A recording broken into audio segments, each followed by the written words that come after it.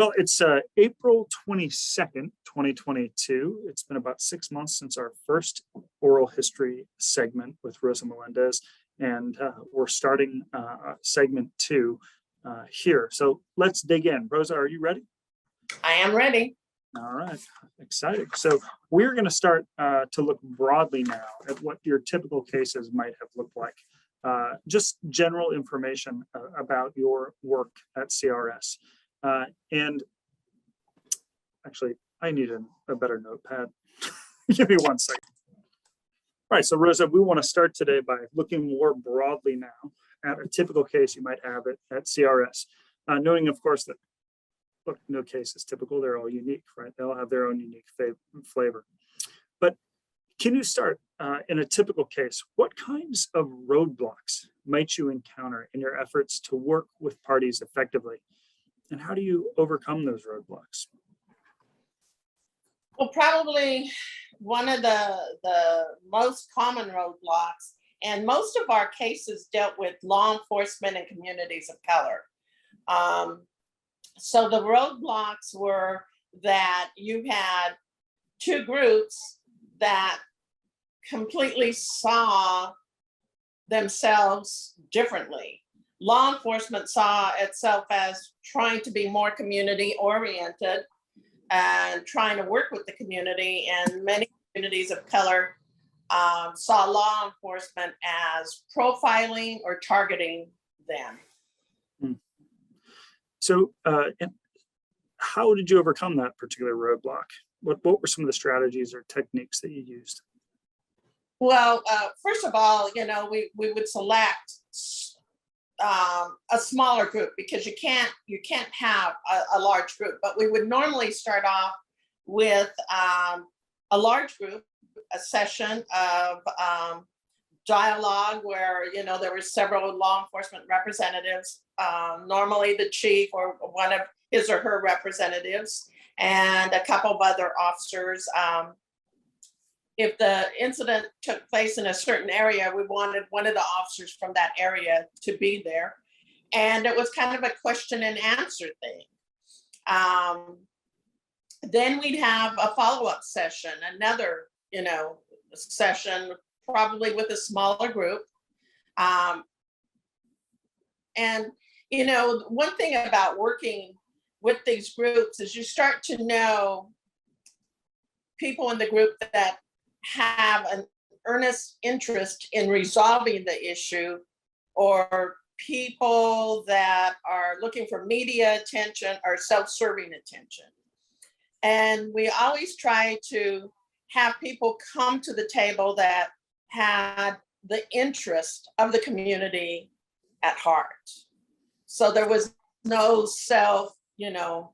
promoting.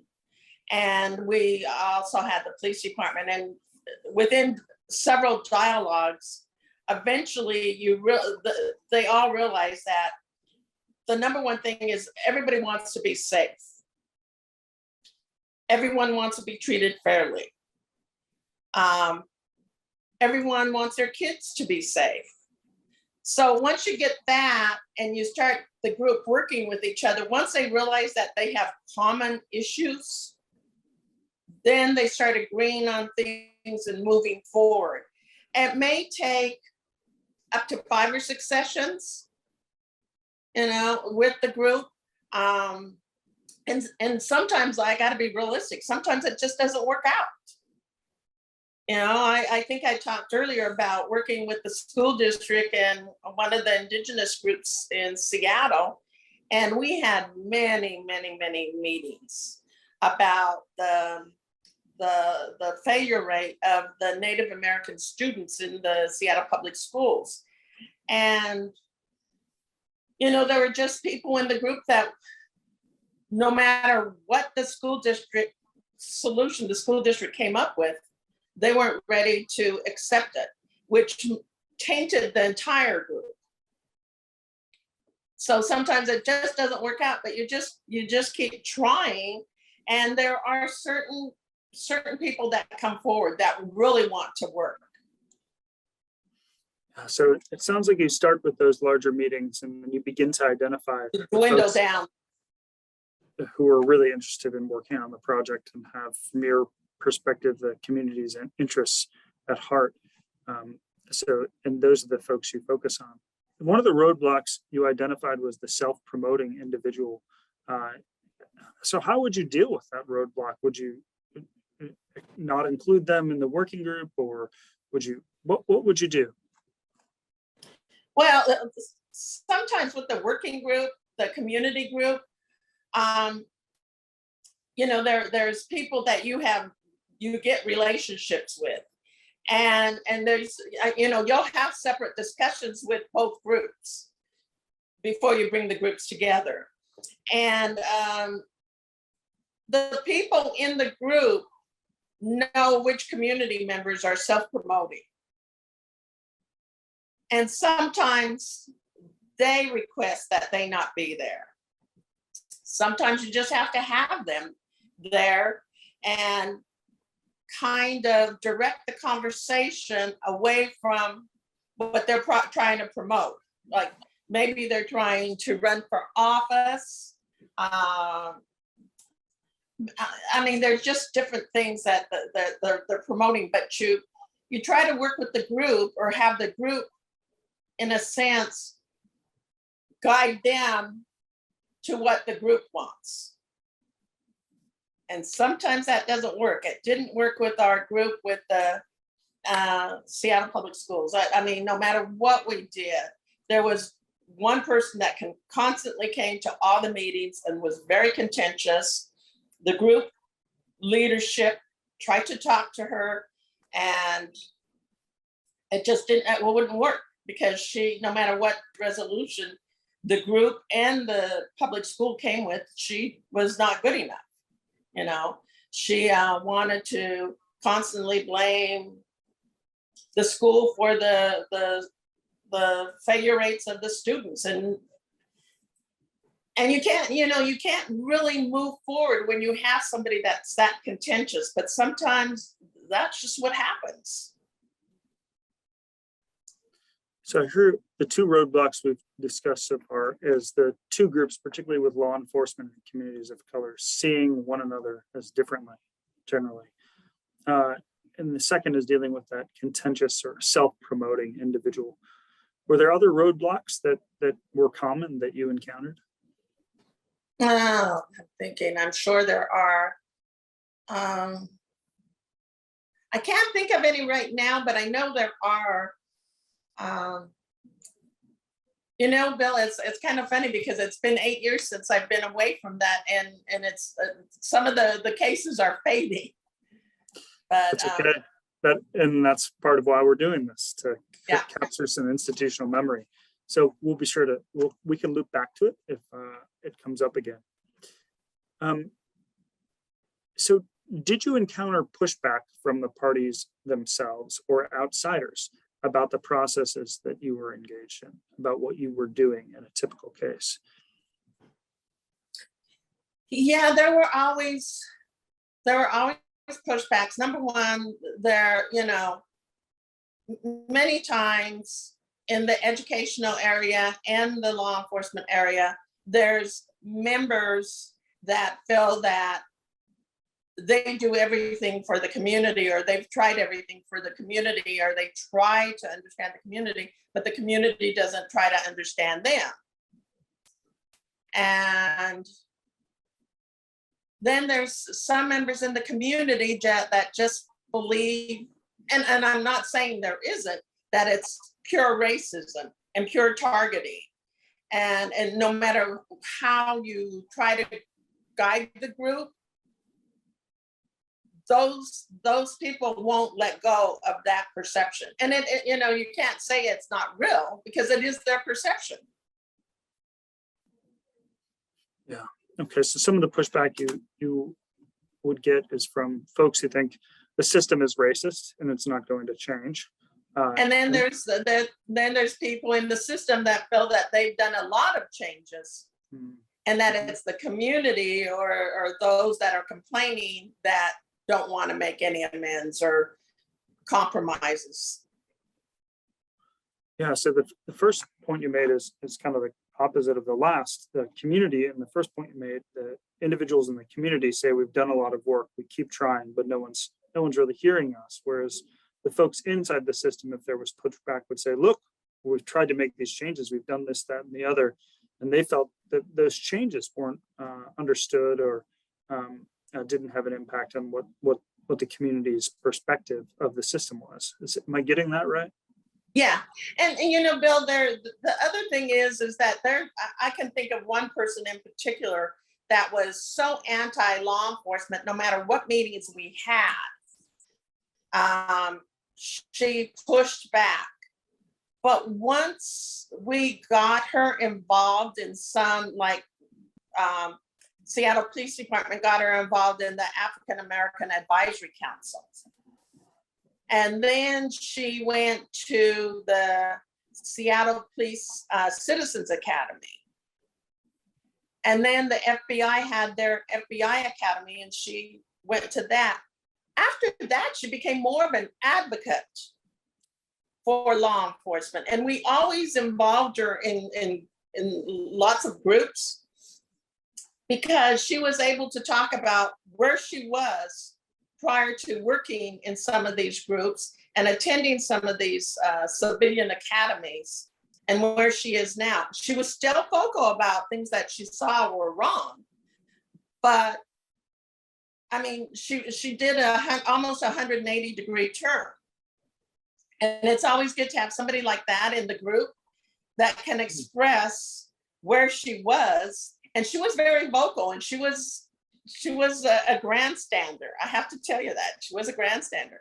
And then became an advocate and fought for law enforcement. Yeah, so this individual, huge advocate, went to a number of trainings, community academies, FBI Academy, and her perspective shifted. Can you say more about, do you know why specifically? Did she have more empathy? Did she have more just understanding where people were coming from? Or she had more understanding of the workings in law enforcement, what some of the policies and practices were. Whenever there's a disturbances, you're going to have two officers. So it's not that it's only in the African American community or the Latino community. If there's a disturbance in one of the more affluent communities, there's still two cars that are going to respond, or a car that has two officers in it. She started understanding some of the things that why police did what they did. There was a policy, there was a procedure to it. She also became part of a group in law enforcement, a working group on how to make changes. So getting her involved in groups that law enforcement had, where they solicited her ideas, her thoughts, and going to some of the academy classes to talk to some of the brand new rookies that were getting out of the academy. So as she got more involved and became friends with, the other thing is she became very good friends with law enforcement personnel. And so she got a buy-in. Yeah. And she's just one that I can think of when I was with the police department, and then with the Marshal Service, saw her. And then when I went to CRS, how she started, I saw that turning, but it was constantly having her involved in small groups and participating. And the chief at that time, at the beginning, never ruled her out of a meeting. He kept her in a meeting and kept, and then they would have one-on-one discussions. So, and then they started Coffee with a Cop, and they'd meet at Starbucks or little neighborhood coffee shops and would discuss issues in the neighborhood. So, I mean, and she brought with her voice and her stance, she brought a lot of community members to the different advisory groups. So she was engaged by the community. They were asking for opinions, and there seemed to be a reciprocal relationship where she was engaged by the police or law enforcement agencies, and they were then engaging her as well. Right. But it was a process of about, I have to say, oh my God. I was a lieutenant with the Wheat and Seed Project in 1990, and she was totally against the police department then. Now, go forward to 2000, she starts becoming part of the advocates for the police department. So it took about a 10-year span. That's a lot of time and effort and energy. And lots of cases are like that, because when you're working with communities, there's always certain members in the community that have faith in CRS and know that CRS is not going to side with anybody and will work and stand up for us.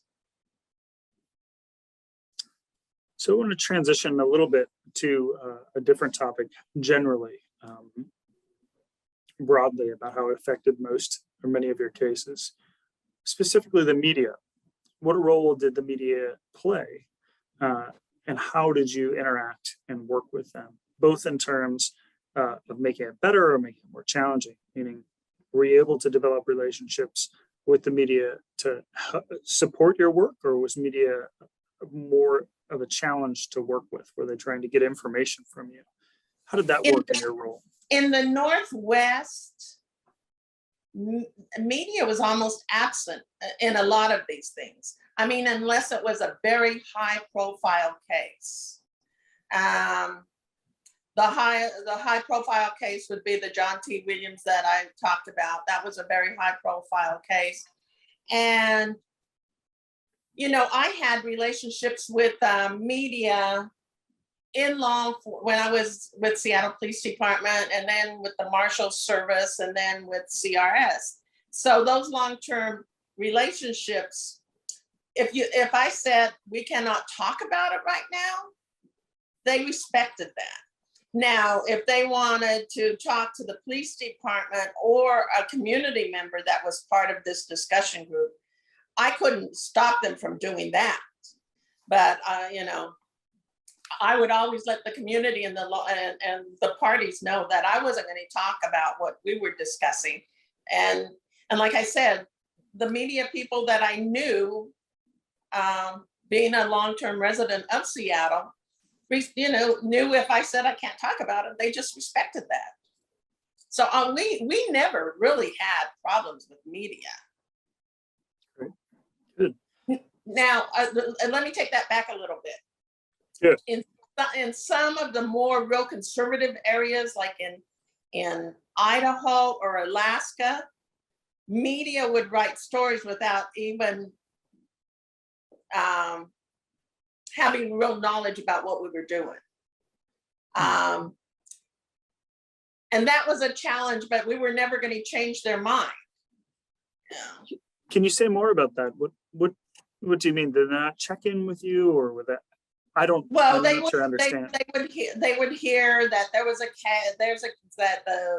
feds. They call them the feds are in town, and they're going to try to make us change how we do things. It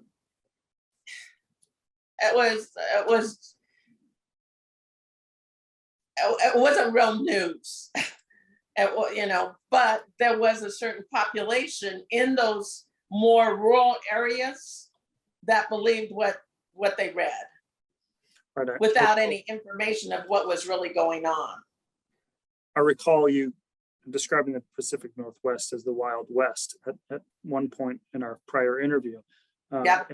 And so that maybe that theme applies to news that, as you're describing it. I wondered, though, were there any particular cases where you were able to overcome this challenge, connecting with media in more rural or Wild West states. Do you have any specific examples? I don't, and they didn't really want to talk to us because they saw us as their enemies. I mean, bottom line is that if we weren't with them, we were against them, so we were their enemies. And I think when you work in the Northwest, you just realize that there are some newspapers or small newspapers, community newspapers, that are going to write stories like that, and you can't change that mentality. That mentality has to change from within. Yeah. Good. And it was like one time I remember we were in Sandpoint, Idaho, and the mayor of Sandpoint wanted us to try to do some community dialogue with a certain segment of the community. A gentleman was running for sheriff, and he had a cross burning party.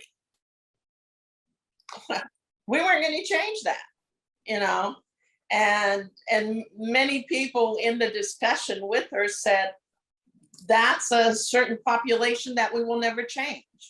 They will never come around. I mean, he didn't win, but she was upset that he still got, votes. But that, like I said, that's a certain population that's not going to be rational about what we're talking about. They're not going to be like you and I that are going to sit down at the table and try to look at everybody's side and listen. They wouldn't listen. If they're not going to listen, you can't help. Yeah, thank you for that illustration. When generally in a case, when you were called in, was your goal to get a settlement in the case, or did you try to secure larger systemic change in that community, regardless of whether there was a settlement? My goal in every case we worked in was to try to have the parties come together and talk in a rational conversation, to listen to each other, to continue meeting and possibly work on a project together. My feeling was, and I think my staff's feeling was, in the Northwest, there were many communities that did not believe in mediation. They did not want anything written down. They didn't want that. But if we could get them to the table to talk, to communicate, to listen to each other, and try to make some changes, to me, that was a success. Now, if they call us back to help them with a mediation or some type of agreement, then that's a greater success. But my main goal was to get all parties to the table, to not just talk, but to listen and to try to understand.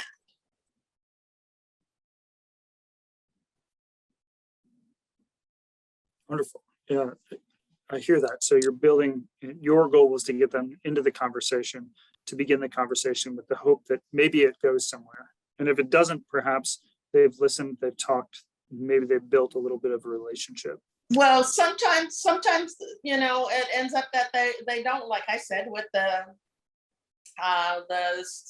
school board in the Native American community, the bigger group wasn't going to go anywhere.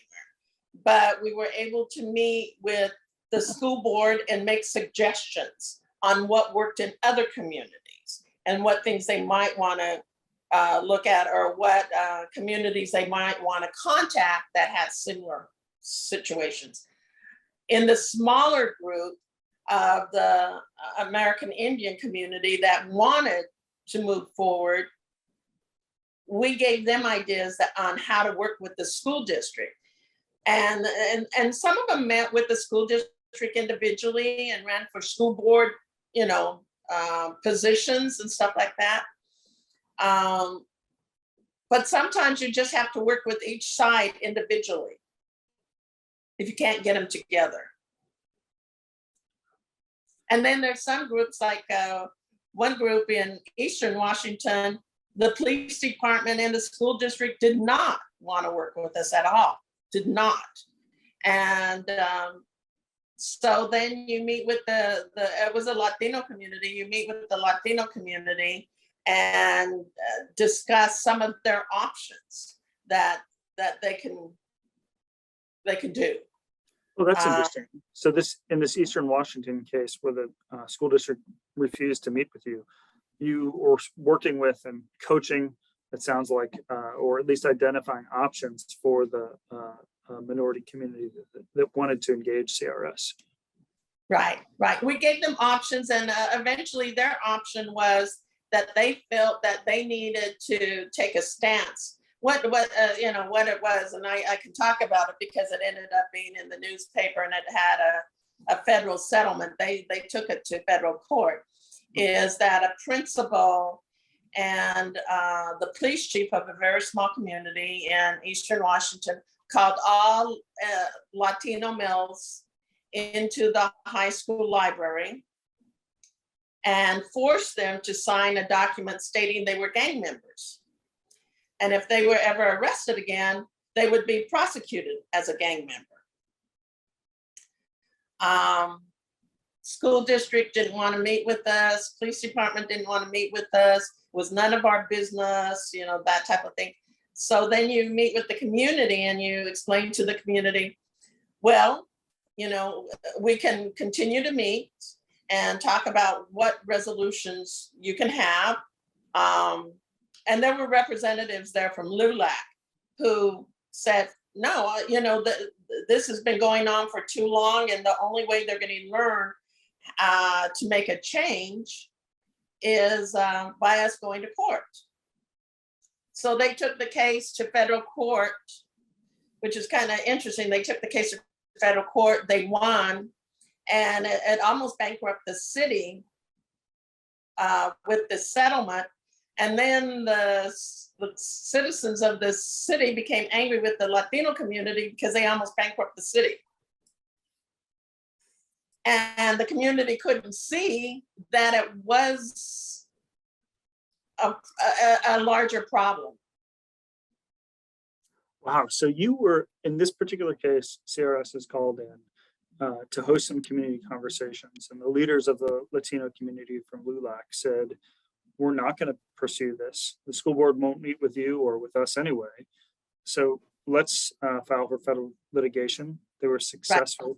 And then there were collateral consequences of their success. And so you're observing this from the regional office. Were you called back in? Did you continue to consult after the litigation was, or continue to work with anyone from the community after the litigation had resolved?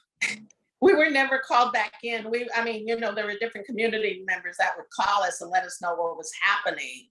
But we were never called back in to work with them again. But it was interesting that it took that kind of they won, but they didn't win. Right. And the police department and the police department, the superintendent was fired, the police chief was fired, new people came in. That's interesting. I should check up and see whatever happened with all the new leadership changes. But at that time, it was disaster for the community. What was the name of the town? If it's, you said it was public, so. Yeah, Brewster, Washington. Brewster with a B? Yeah. Oh, that's interesting. If you recall, what were your staff's efforts to gain entry with the police, with the school district that weren't successful, and why weren't they successful in this particular case? I specifically spoke to the police chief and I introduced myself as a former law enforcement executive, come up through the ranks, type thing. And no, I was big city cop. Feds coming in, we don't need your help. And the principal, the principal basically said the same thing, you guys are, big city Seattle. You don't know how it really works in the rural community. We don't need your help. We don't want your help. We don't need your help.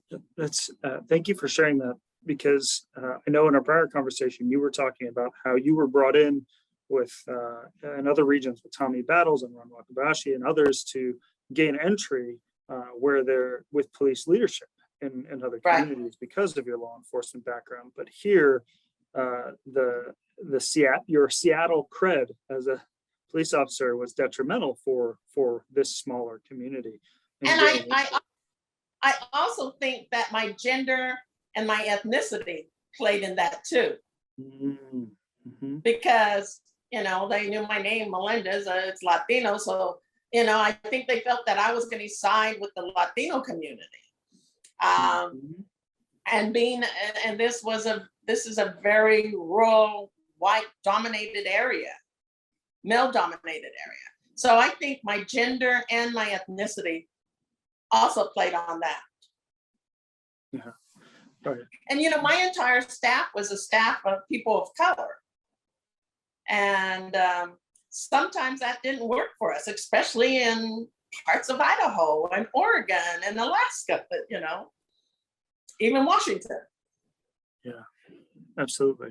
Thank you for sharing that. I know that gaining entry with very conservative or white supremacist groups is a challenge for conciliators in these conversations, and we might get to that in a little bit. So, how you talked a little bit ago about success to you is a conversation at the table, getting people to the table, having a conversation, and where it goes from there. Did you measure success that way? Did you have metrics in the region for getting people to into a conversation, or how did you actually measure what success was from your perspective? Our idea of success was getting people to the table and having them decide if we needed a follow-up meeting.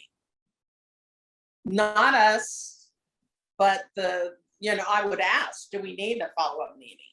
And people would say, yes, we're getting started on things. So the more that they started having meetings, and if they developed like the Native American Advisory Council, if they develop a group where they're constantly interacting, that's a success for me. That's a systemic change. Right. Yeah. And they start meeting on their own. They're not asking us to come to, they would ask us to come for celebrations, where they were celebrating accomplishments. But, after a while, and, these meetings can go on for years. So my thing was, as long as we're meeting and we're moving in a direction where everybody's talking to each other and even having coffee or dinner with each other afterwards, that's a success. Absolutely. So I wonder, is that your measurement of success as the regional director? That really is my measure of success, is if they're meeting with each other on their own and they're starting to break bread together and have coffee together and developing projects where they start working on them together. To me, that's success. What was DC's measure of success? Did you have to report metrics to them? No, they measured success? There was numbers, there were case numbers, like if you were able to do a dialogue or if you were able to do a training. We did lots of trainings. One of the trainings that we did that I think was very successful, and we did it several times, was the Pendleton Indians in Oregon felt that the students weren't being treated fairly. The Native American students weren't being treated fairly. So I met with the regional director of the Department of Education Civil Rights Office and the U.S. Attorney's Office and said, if we have a training session where we invite all the superintendents in this area the coaches and, you know, other leadership from these different school districts and, you know, have a dialogue or have a training session where, you know, U.S. Attorney's Office and the Civil Rights Office talks about what the role is of superintendent, what they're responsible for. And then we had a session where we had some students that were victims or harassers of bullying, a session with them. And the most powerful thing is sometimes one of the students would break down and start crying. And I think the educators seeing that was tremendous. But the Pendleton Indians, or Umatilla Indians, I should say, said, they had a big auditorium because they had their own casino. They said, let's invite them to our auditorium. We will feed them breakfast, we will feed them lunch, and we will have this all-day training session. And it was very successful. Becky participated in one of them for us. Becky Monroe? Yeah. And then we took it to a couple of places in Idaho. But then there were political changes, and that was not a metric anymore, you know. So some of the metrics were the number of trainings, the number of dialogue sessions, the number of cases that you opened or closed or both, or what other metrics were? And mediation. Mediation was highly recommended, but I always said it was not a successful situation in the Northwest.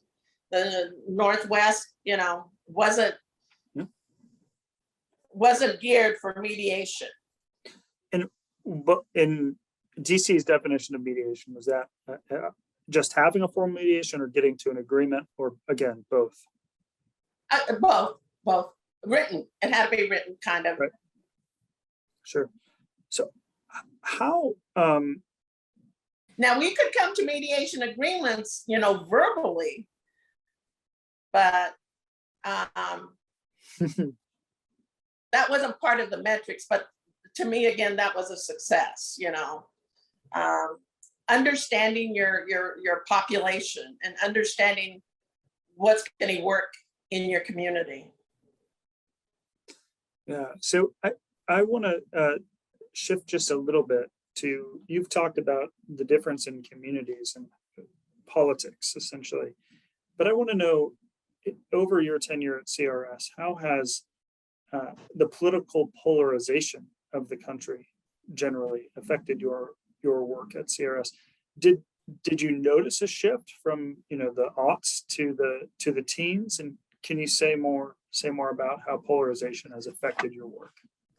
Well, okay, there were times that the display of Confederate flags could be a case, and then there's a political change in DC, and then it's not, you know. Say more about that. So under one administration, there might be a mediation about the display of Confederate flags on a public space, or what are we, say more about that? Well, it was more in the South than in our areas, but we had white supremacists, you know, Idaho, and I mean, some of these rural communities are very populated with white supremacists. Now I came in right before Bush came in. And at that time, if there was a Confederate flag issue, it could be worked on as a case. During the Bush administration, at some time, it was not viewed as a case or as a problem. And then during the Obama administration, then it started being viewed as a problem again. So it was kind of like Democrat, Republican, you know, and sometimes, you know, I didn't really have this problem in the Northwest, but I know some of the Southern, Tommy can probably talk about it more, some of the Southern states with the Southern senators or something did not want CRS to participate in some of the cases, or felt that CRS wasn't invited by them. And if I'm recalling our prior conversation, when a senator doesn't want you involved, you end up getting pulled from CRS. Yeah. Mm-hmm. So that would have a significant impact. Politics can play a lot in it. And, you know, all the senators I worked with they never told us we couldn't be there. Yeah. But I know that there were some senators and even some US attorneys that did not want CRS in because they thought CRS sided too much one way or another. Yeah.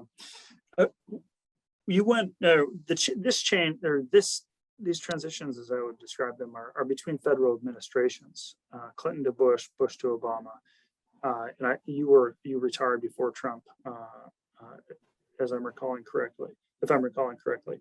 So, what other shifts were there between administrations? The Confederate flag issue. Were you asked to focus on particular issues more than others, or less than previously? Or were you asked to shift how you trained your mediators or how you trained communities? Were there other shifts? Under Sherry Freeman, there was more of a push for mediations. And Sherry Freeman was director in what time period? During the Bush administration. Now, when Becky was acting director and Diane Mitchum was acting director, their focus was training, dialogues.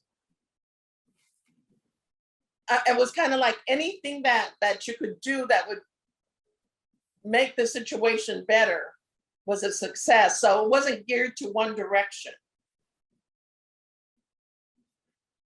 Like under Sherry Freeman, mediation, and we always fell short.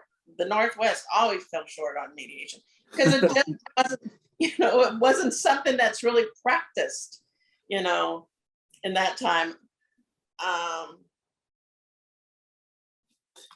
So yeah, as said, I'm hearing that the transition from Sherry to Becky, which is essentially the transition from the Bush administration to the Obama administration, shifted the focus from mediations and mediation agreements to doing more training and dialogue. I think you started to say anything you could do. Anything that resolved the issue and brought parties more together. Like I said, the one with the Umatilla Indians, that was momentous because you had, prior to that, we had complaints or, information that some coaches in some of the school districts would not let certain Native American players play if they knew a scout was there, because they would tell the players, well, you belong to an Indian tribe, you're going to get a scholarship anyway. Our other students aren't going to get it. So we're going to play them so they, can be seen. And I think having the coaches, the superintendent and the principals there, seeing how those decisions affected the students and affected the community, that specific community and the parents.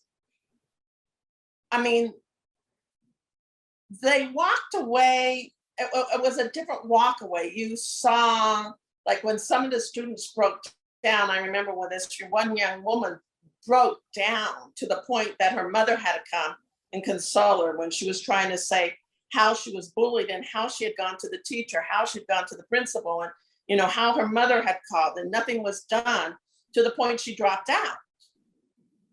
And how 2 years later that was still affecting her, and her education was not moving forward because it was so traumatic to this young woman that she couldn't move forward. And seeing the principals and the superintendents just, people became teary-eyed. And it was like an aha moment where you could just see that their brains were clicking. Rosa, I think you are crystallizing an answer to an earlier question when I asked you, was the goal settlement, or did you try to obtain larger systemic change?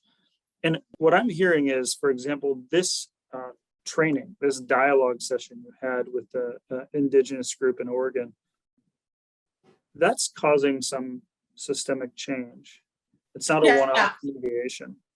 And that, in part, you were able to, I think what I'm hearing is that training is an example of something that happened under the Obama administration because you were encouraged to do whatever you could to engage communities. And so I really appreciate that example because I think it crystallizes some of the distinctions of where the priorities were under particular administrations. What can you identify any other shifts between the federal administrations, any other transitions that you experienced from Clinton to Bush or Bush to, I know you were just starting when Clinton was in office, but anything else you recall?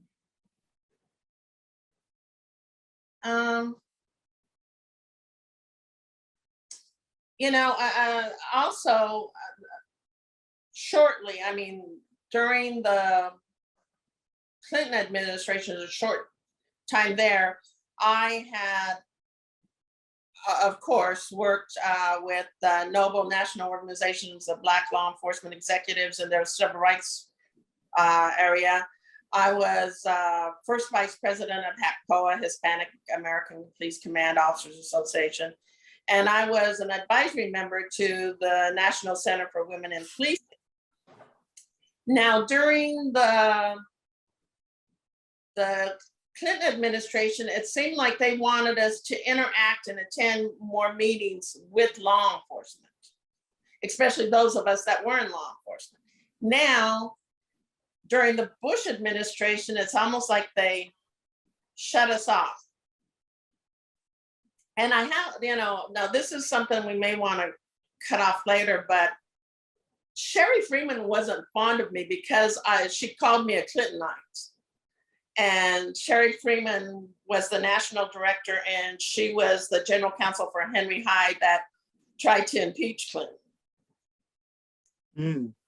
So I think that played a part in what she let me participate in and what she did not let me participate in. Yeah, really interesting. And she pointed out that I would have never been her choice as a national director, as a regional director. Yeah, this is so interesting because you left the U.S. Marshals Service as the U.S. Marshal in Seattle to go to CRS because you didn't think that you would be reappointed under the Bush administration. Right. But now you're facing shifting political winds as a regional director in being cut off a little bit, not cut off, but transitioned away from law enforcement to other priorities. Do you want to say any more about that at this time? And not really. I mean, it was, it was a challenge. I had to challenge every case we worked on and why we were working on it. And she played a divide and conquer role in my district. So she would have some staff members reporting to her what they thought I wasn't doing. So it was just a difficult time. It was a difficult time. And once she left, it's like I was able to soar again, but during her tenure, I felt like my wings were clipped. Hmm. So I had to be more strategic on how we worked on things and how we reported to DC. Then and then, Can you say more about what that strategy looked like, about how you worked and how you reported? well, I was just more critical about everybody's reports. I wanted them to detail exactly everything they did. Like if they had a dialogue, more detail on what was the dialogue about,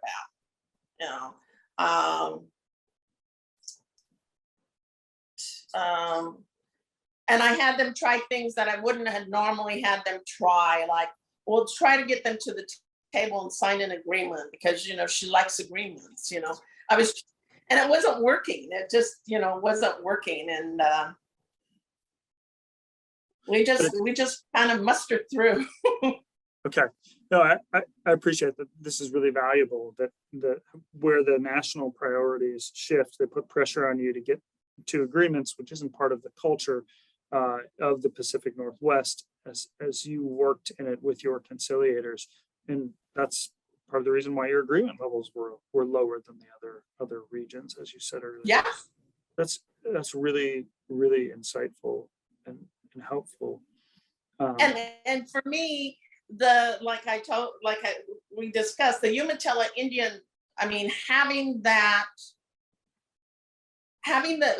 the tribe and the council say, we will pay for everything. We normally rent this auditorium out for X number of dollars, but we're going to give it for free for this training. And we normally charge for the catering, but we're going to do the catering for free to bring to you. To me, that was a huge commitment from the tribe to try to get people to the table and to the training. Wow. So having that partner to work with, much like the professor at the university in Anchorage. Yes. Was the catalyst for the dialogue. This right. Financial support, this buy-in from the community and the indigenous community was seemingly so valuable to catalyze those conversations. And it was attempted again in Idaho, successful, but I don't think as successful, because it wasn't just necessarily a tribe. I think having the tribe financial security of being able to pay for the auditorium and do for certain things made a big difference. Mm-hmm. So I want to go, we were talking about some shifts in federal policy that affected your work at CRS. And I also want to know, have you observed, since you left law enforcement as U.S. Marshals, observed changing in policing strategy and tactics that have impacted your work in CRS? Well, I don't know, I would say impacted, but since I left, the whole George Floyd incident changed law enforcement. Mm-hmm. And I can't say how it's impacted CRS. I can talk about how it's impacted law enforcement because, I still work with law enforcement more as a friend. Like the police chief of Seattle was a friend of mine. Sure. Current police chief is a friend of mine, and we will discuss issues and discuss things about policing, but it's really changed policing. It's changed policing a lot. And in some ways, I think there's floundering, not knowing what direction to go. And other areas, I think it's showing that community policing was more the key. And I've always been an advocate of community policing. So in your time at CRS, when you were a regional director, did you see that shift to community policing? Did you see that happen, and did it impact your work? or were there other shifts in policing from your time at CRS that impacted your work as a conciliator, regional director? Police chiefs could also impact our work. Hmm. When I was with CRS and Chief Froehlich was the police chief, he knew about CRS. He knew the role of CRS because he was the deputy director of cops. Mm-hmm. So he played a dramatic role in, I have to say, within the King County area. You see the chief in Seattle or county? The chief in Seattle. The chief in Seattle. He was an advocate of CRS, and whatever training we decided we wanted to do in collaboration with Seattle Police Department, it was okay. Yeah, let's do this. Like we did the Arab Muslim Sikh training in Seattle, and he was all for it. Yeah, let's partner. Let's do it. You know. Some police chiefs were not as sure of themselves. Kronkowski was very, very sure of his policing style and knew what he wanted to do. You get a brand new police chief that's never been a chief, and they're more hesitant to try to do things. Sometimes they're swayed more by the politics of the organization or city council. But police chiefs can really change, can really have an impact on how CRS works. If they really understand CRS, they're an advocate and they can be a gem. If they don't understand how CRS works, and you know, first of all, most of the police departments in the United States are small law enforcement agencies. Yeah. And small law enforcement agencies aren't really fond of large, police departments. So sometimes smaller police chiefs, I remember one case that I worked on and with a police chief, and it was the Latino community that felt they were being stalked, they were being harassed, they were being,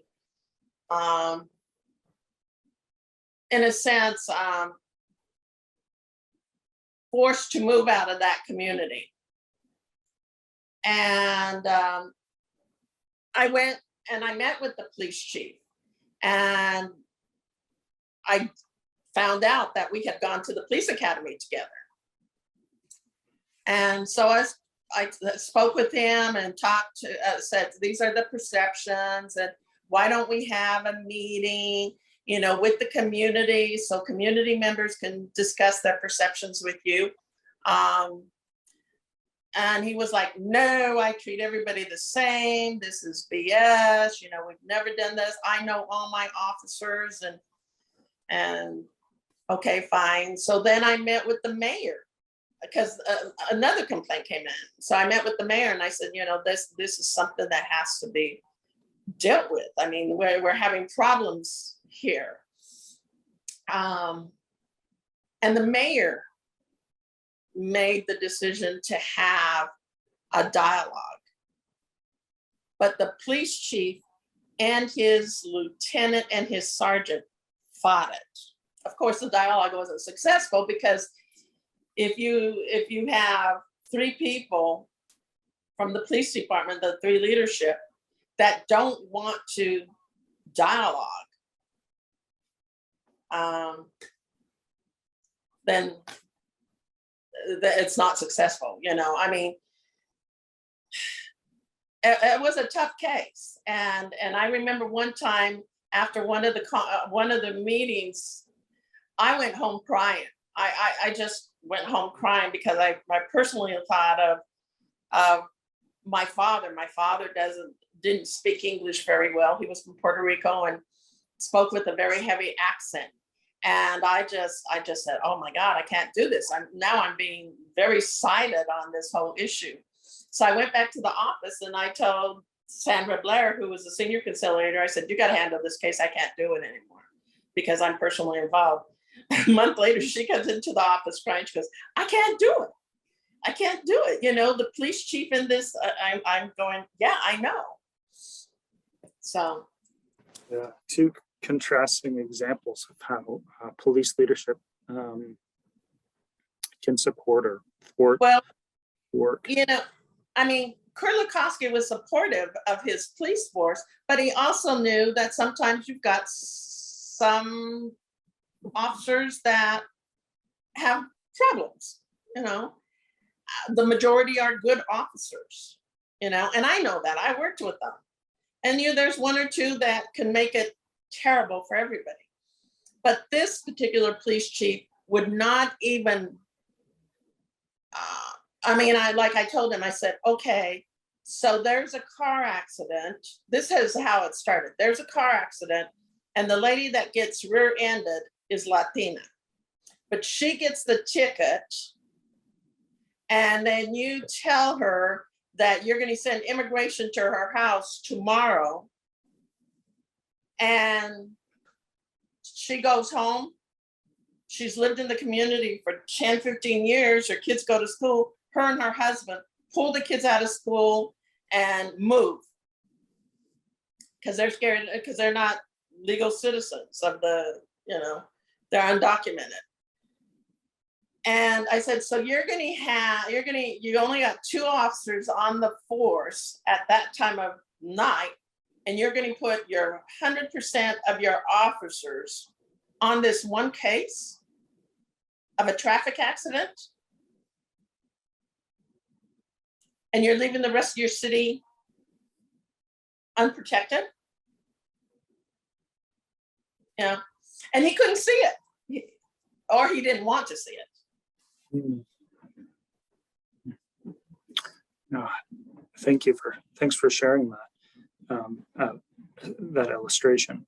I ask you a few more questions about if you've seen changes due to particular issues. Specifically, the civil rights movement and protest movements have changed. For example, Black Lives Matter has a different strategy than the civil rights movement of the 60s and 70s. White supremacist and Antifa movements are new or are doing different things than they used to. They're interacting in engagements differently. How has that affected CRS's work based on your experience as a regional director? Okay, Antifa was barely coming up. I mean, Antifa, I think, really showed its head during the WTO in Seattle. Mm-hmm. Yeah, I was the U.S. Marshal at that time. But I know for our office, it was harder for us to make a relationship with anybody in Antifa. So if you don't have a relationship or a point of contact, it's really hard to meet with them. And many of them wore masks, so you didn't know who they were. Mm-hmm. So during my time, Antifa was still pretty new. The white supremacists, I mean, they were just very vocal about what they believed, and the whole Butler situation, that was before me. The Butler Ranch was before me, but there were still remnants of it when I came in. And it was mostly the community that fought them and sued them and won the ranch and everything else. Can you say more about that? I'm not familiar with that case. The Aryan Nation in Idaho was Coeur d'Alene or Hayden Lake. There was the leader was, his last name was Butler, and he had a compound, a huge compound, and there were many cross burnings. There were incidents of fights, physical violence, to people of color and Native Americans in that area, which is a large community of Native Americans, the Coeur d'Alene Indians. And a group of people from Hayden, Idaho, went to CRS and said, you know, we need your assistance. And Bob Lamb was one of the mediators on that. I don't know if they did a formal agreement, but worked with the community on how to train law enforcement. The problem was that some of law enforcement was part of that Aryan Nation. You know? Mm-hmm. So there were many dialogues, there were many trainings.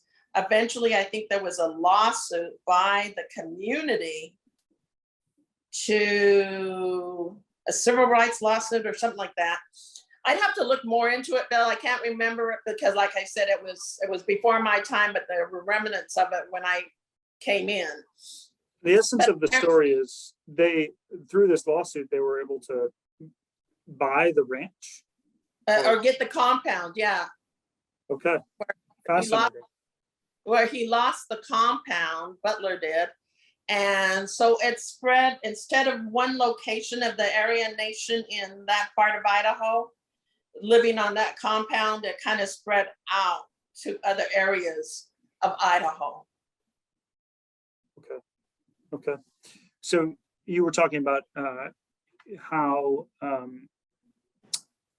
to work with, or how you dealt with white supremacists potentially as at demonstrations, or as contrasted to Antifa. Antifa was difficult to find leadership because they were a new emerging group that wore masks. You couldn't identify them.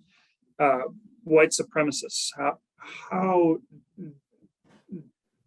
did you engage with them while you were at CRS and they were demonstrating?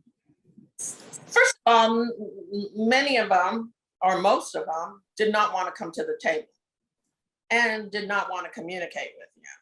So it was working with the school district about what their role was, having a dialogue with the school district administrators on when young people have a cross burned in their yard, and training the police department on how to investigate a cross burning.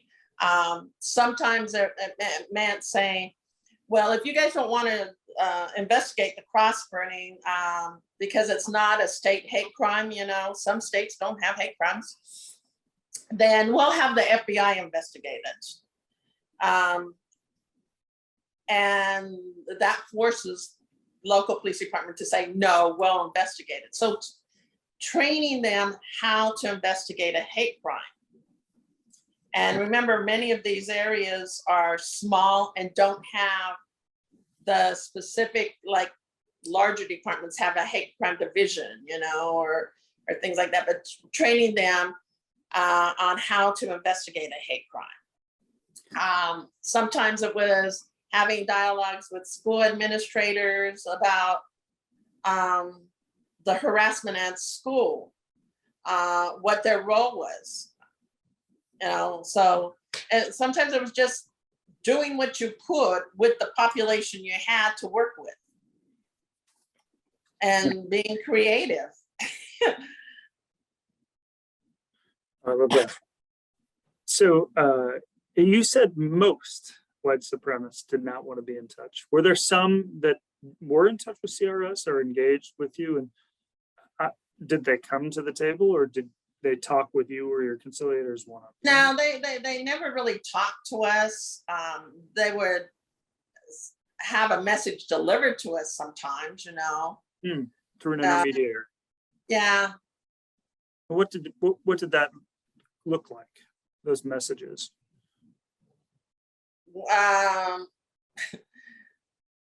It was like stay out of our area, you know. Okay. You know? Fair enough. So that's why when we had cases in Idaho and Oregon, I very seldom let one conciliator go alone. Because we had a white supremacist that turned, and sometimes he would call us and say, they know you're in town. And so I just thought, for the safety of everybody, I'm going to send 2 conciliators, and there were too many spots in Idaho that cell phones didn't work. So. Okay, fair enough. I appreciate that. So the third group, which from our perspective is shifted the how protests and civil rights activism works, is the movement for Black Lives. And I know this movement is newer. So you're shaking your head. I imagine, did you have much experience when you were at CRS with the movement for Black Lives? No, not at all. Not at all. Okay. It would have been right when you were retiring, I think, is when they would have started. Yeah. Did you work with demonstrators, activists who demanded for justice and had no interest in coming to the table to negotiate? The one I can think of the most that really wanted is the LGBT group, especially during Pride Week. We worked with them a lot. I think the first time we worked with them, they were very radical about what they wanted. Like they wanted law enforcement, they wanted the permit for this and that, and very demanding. And we met with them and said, well, we can't promise that, but we can bring law enforcement to the table and see what they can do, and so the first year was kind of contentious, started off demanding, but right before the parade, it worked out. The second time was less demanding. Called the groups, came together, they all discussed what needed to be done and how they were going to work with each other. Third time, they didn't even call us. They just met together. Again, that to me, that's systematic change, when they start coming to the table together and working things out without calling anybody to kind of facilitate the conversation. So that was the most demanding group in Seattle. And that was right before I left. That was like 3 years before I left. Yeah, some of these questions are difficult to answer because these groups, movement for Black Lives, have emerged right when you were leaving. So I appreciate you sharing these illustrations nonetheless. So I want to ask you some questions about if systemic policies have impacted. You saw any impact from systemic policies on your work at CRS? Specifically, were there any changes that were made at a state or a federal level to the education system that impacted your work at CRS? Educational? No, I can't think of any. Likewise, were there any changes at the state or federal level to the justice system as a whole that impacted your work at CRS? Bill, I can't think of any at all. That's fine. So I want to talk real quickly. Let me just take a moment.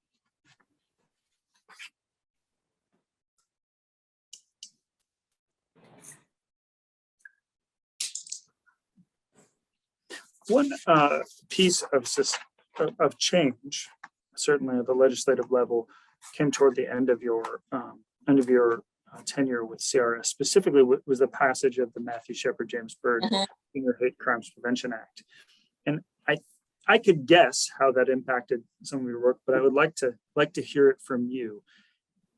How did that shift your work at CRS? Expand the scope, create challenges for you as a regional director? the gay, lesbian, transgender, bisexual thing wasn't new in Seattle. And Seattle Police Department had already been trained and were already doing hate crime trainings on that. What was the greatest impact was 9/11. A large Arab Muslim community in Seattle, mosques being burned, graffiti on mosque, guardaras being targeted.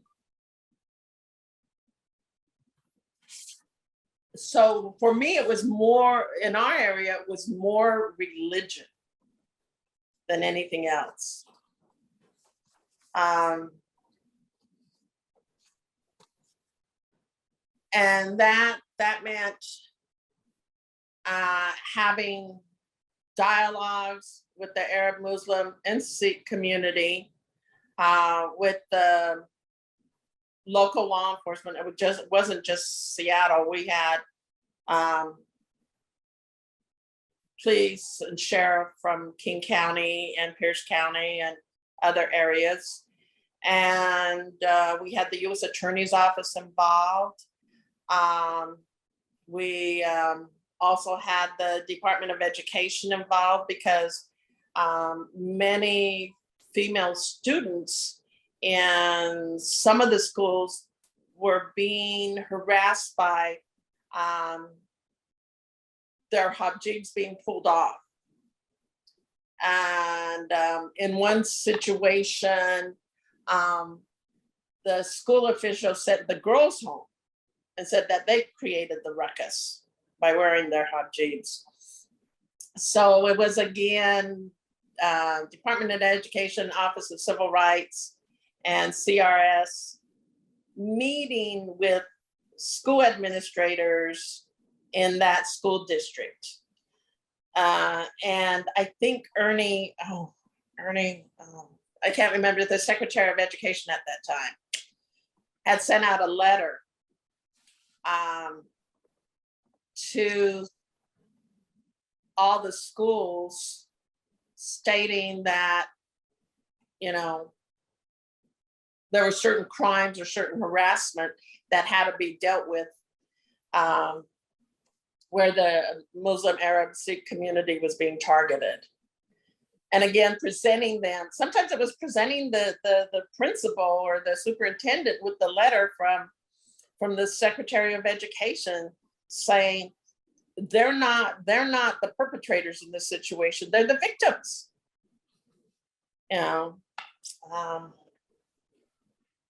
Having little dialogues about that. That's, that is, I appreciate that. That reflection is really thoughtful. I wonder, from a statutory perspective, my understanding of CRS's scope, CRS's mission was to focus on issues connected to race, color, and national origin. But Shepherd-Bird expanded that to include gender identity, sexual orientation, and religion. And what you're talking about here is primarily religious issues. And so how were you able to do this work and connect it to CRS's jurisdictional focus?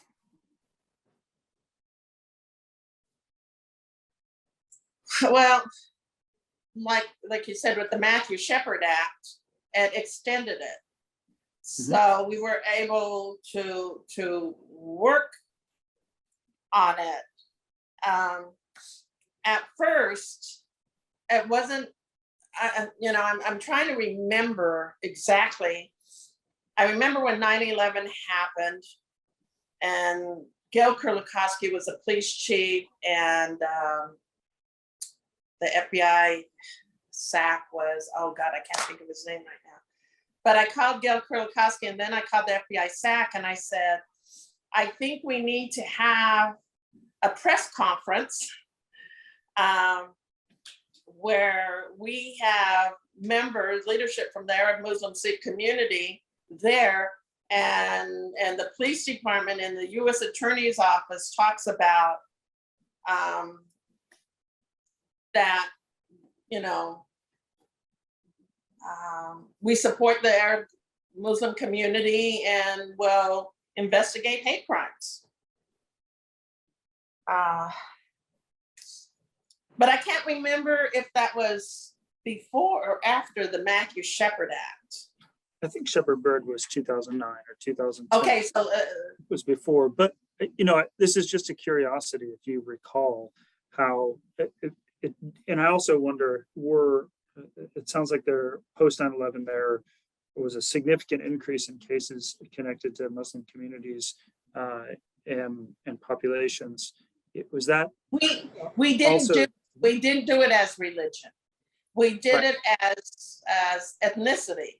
okay, Arab okay, Muslim, yeah, Arab Sikhs, and we did several training classes on that. okay, great. And was that also a shift? Were you encouraged to do that by DC, by national? Yeah. Or was it a local Yeah. decision? Yeah. Okay. In fact, Sherry Freeman was the director at that time, Mhm. and George Bush was in the office. And that's when we developed the Arab Muslim Sikh training program. Okay. Okay. The indigenous convening you referenced in Oregon earlier on the Indian or the Native American reservation. That training, did that take place after Shepard-Byrd was passed? Do you recall? I think it was after. I'm pretty sure it was after. Okay. That was, Thank you. So about how you picked cases specifically, who decides the type of cases you take? Was it the conciliator? Was it you? Was it were you encouraged by the national office? Who's making those decisions ultimately about what cases to take? first of all, a case would come in and we would normally discuss it as a group because we were a small office, you know, there were 3-4 of us. And was this a case that we could really handle? What could we do? We talked about what were some of the issues and who knew the parties or who was better in communication with this type of the community. There were some that just weren't cases, you know, they were individuals that had problems with somebody else, so that's just not a case.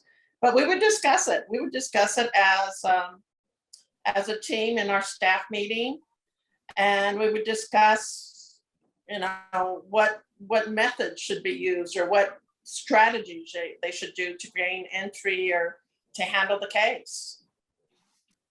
Great. We discussed every single case every Monday morning. I'd love to be a fly on the wall for those meetings, that is for sure. So you mentioned you had 3 or 4 staff in the regional office. Is that sufficient? No. What does a fully staffed CRS look like? Well, I think when I first was aware of CRS in Seattle, I was a police officer, and they had about 6 people, I think 6 conciliators, 5 or 6 conciliators.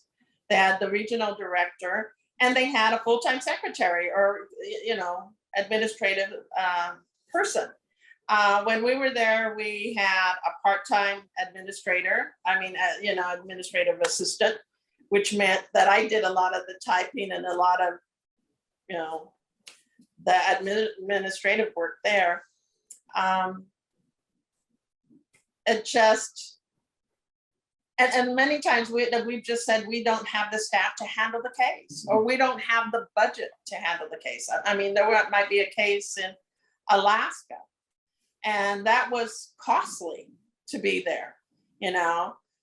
It's like a 3-hour flight there, sometimes 5-hour flights, and hotels are expensive and everything is more expensive than the continental United States. And so sometimes you couldn't take those cases. So budget and staffing played a lot on the cases we were able to handle. I know under Bob Lamb, the regional director before me, and before they were cut, they had a large staff. They had a full, they had somebody that was an educational specialist, somebody that was law enforcement, somebody that was corrections, all these other things.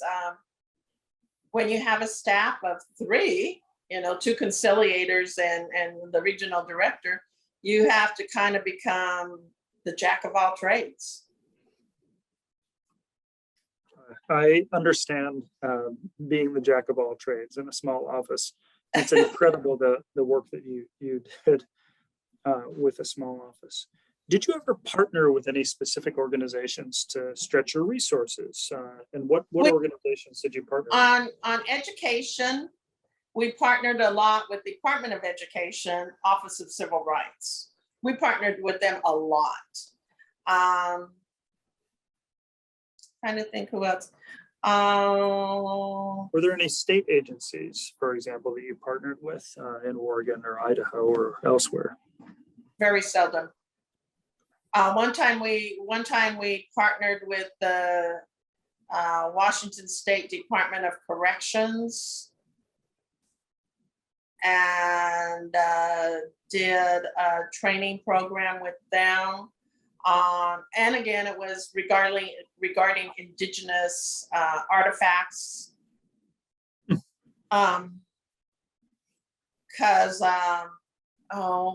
in the Northwest, paddles are very sacred because of the waterways.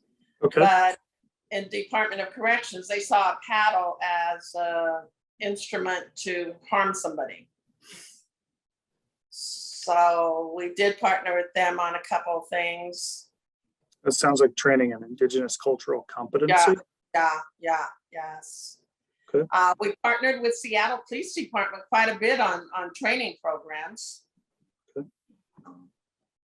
And we partnered with Olympia Police Department on a training program. That was about it. Okay. So you mentioned this a couple of times in the context, with respect to U.S. senators from the various states. You generally had support from them, and they were, they weren't opposed to the work you were doing. You also mentioned sometimes there might be pressure from a district attorney or U.S. attorney. Did you ever face pressure, or your conciliators face pressure to stay in your lane from other agencies or other offices, whether that's a DOJ or some other federal or state office holder? Obviously, gaining entry is different from my perspective when the police chief says, "We don't want you," or "We've got this under control," or "You're the big city cop." That's different from staying in your lane. In the Northwest Region 10, we never had a problem.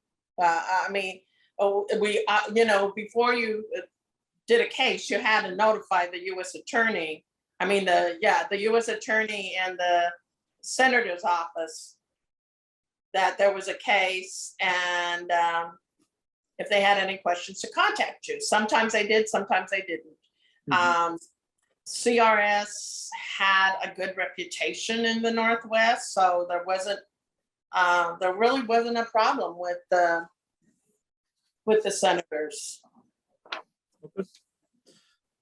And we had really good relationships with all the U.S. attorneys, so that was never a problem. Was there any tension between DOJ's Office of Civil Rights or an investigations arm of DOJ? They didn't really exist in the Northwest. Okay. The Civil Rights Office was more DC. They'd only come out for cases, but there were civil rights attorneys out of the U.S. Attorney's Office, and they normally worked with us. Okay. So, and a couple more questions that you might have been just emerging as you we're departing CRS. So if you don't have clear, or if you don't have concrete answers, that's fine. First is about fake news, so-called fake news and misinformation. You talked a little bit about this from some of the newspapers and rural communities in the region, but fake news and misinformation have become more prevalent, certainly in the last 6 years, 7 years. But you probably encountered fake news as well, and misinformation particularly. Did you have any strategies for combating misinformation? I did not. I mean, you could try to talk I think at one time I tried to talk to, and I can't remember the name of the town, but their little community newspaper, and explain to them that that was not what we were doing. And basically I was told I was a liar, because he knew this is what we were doing.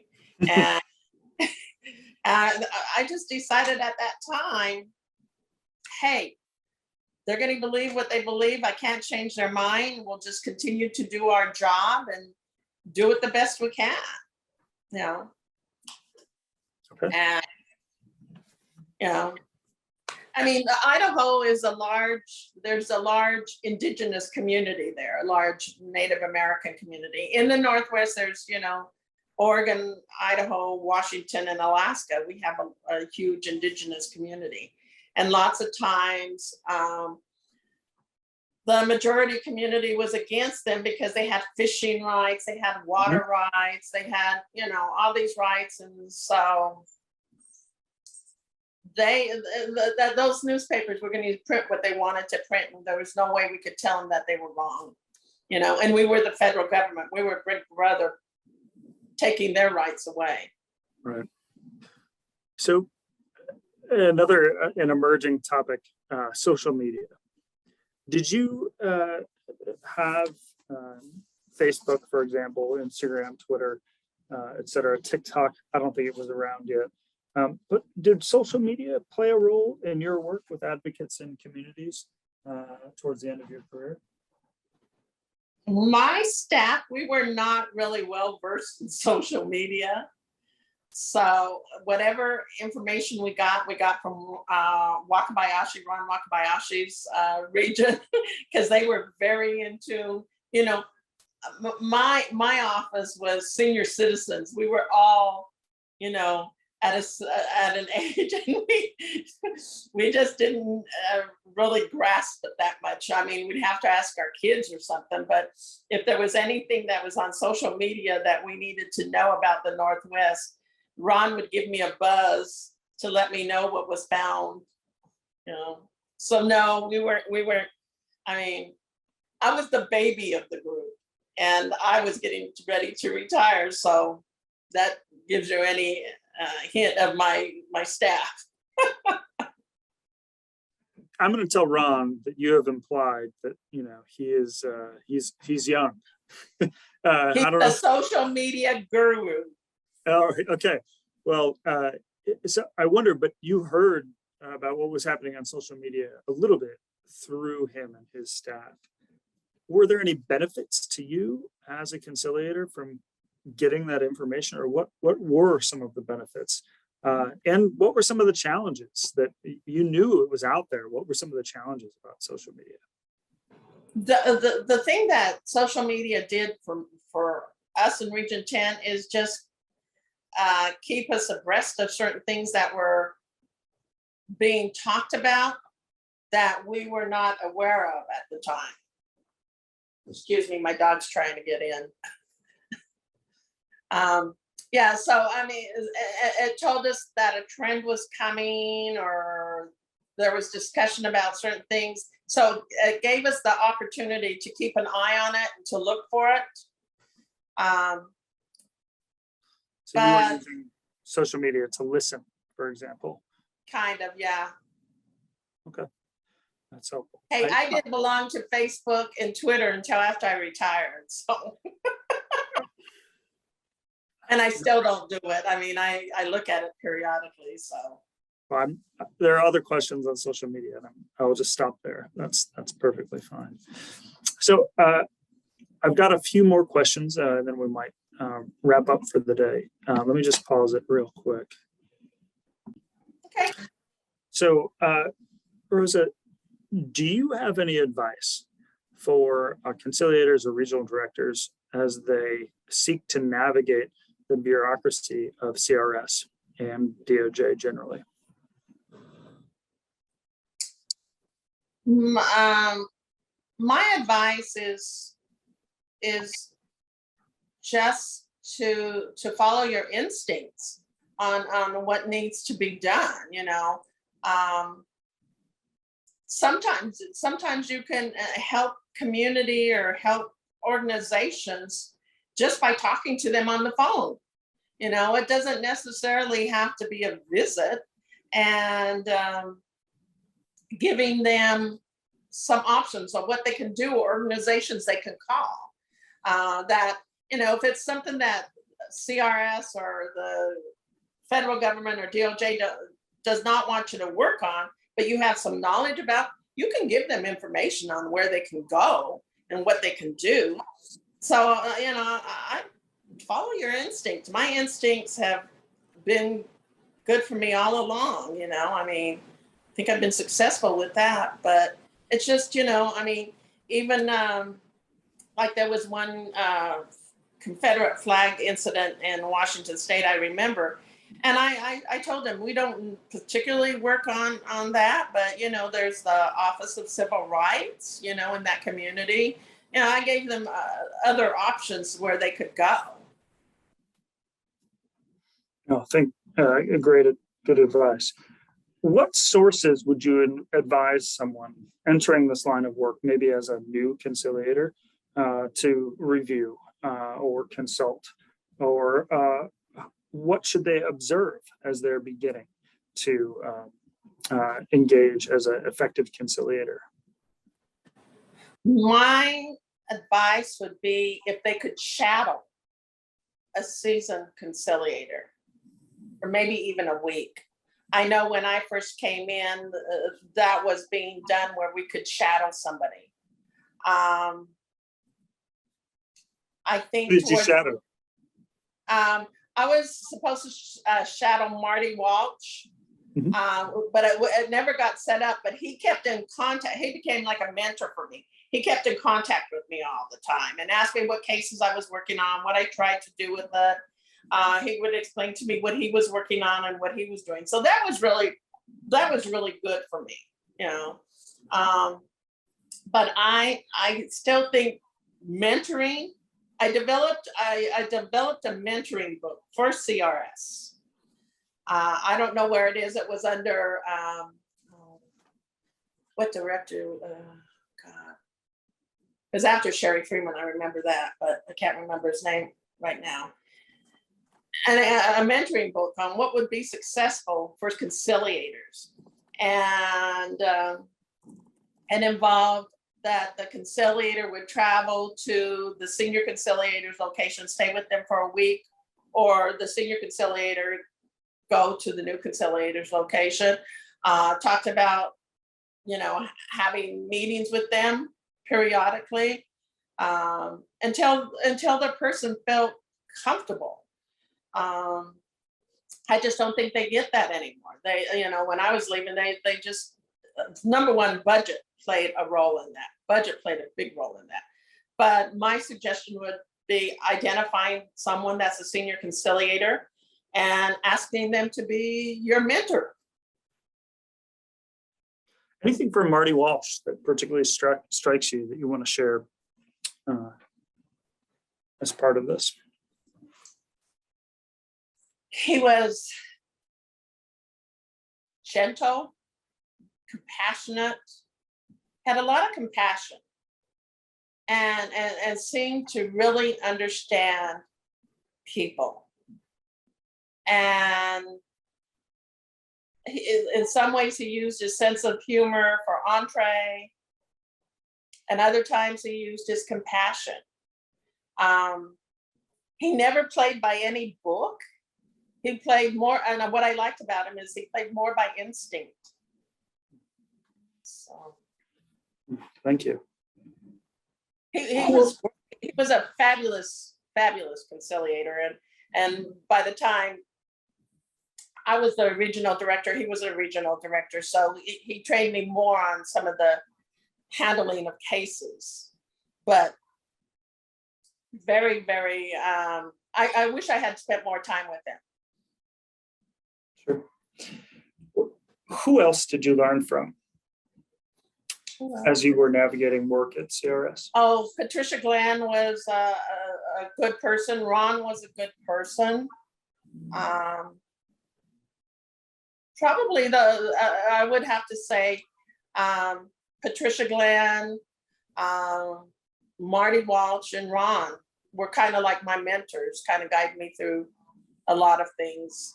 Another person for me that gave me a lot of insight or direction was Diane Mitchum and Becky Monroe. And with respect to Patricia Glenn, is there anything specific that you recall that stands out in your mind, that advice from her? She was a great trainer. She had a lot of emphasis on training. And, you know, when I first came into CRS, I didn't have that much emphasis on training, but I really, as time went on, I became more towards the wanting training. Okay. And Ron, what about Ron? Oh my God, Ron just seemed to know a little bit about everything, you know. Knew when to turn something into a mediation. I knew contacts in the Northwest that I didn't know, because he was at one time, he was the national president of the Japanese American Citizen League. So he knew many contacts in the Asian community that I did not know that was beneficial for me. Yeah, excellent. Thank you. That's really, really helpful. Do you have any written accounts of what you did in any particular cases? Or I know you said you wrote a mentoring guide for, it sounds like in the late 2000s. Yeah. It would be really, really interesting to see if I can get our hands on that. Andre Harris. That was Director Andre Harris. I wrote it for him. Okay. All right. Well, I may look for that. Give me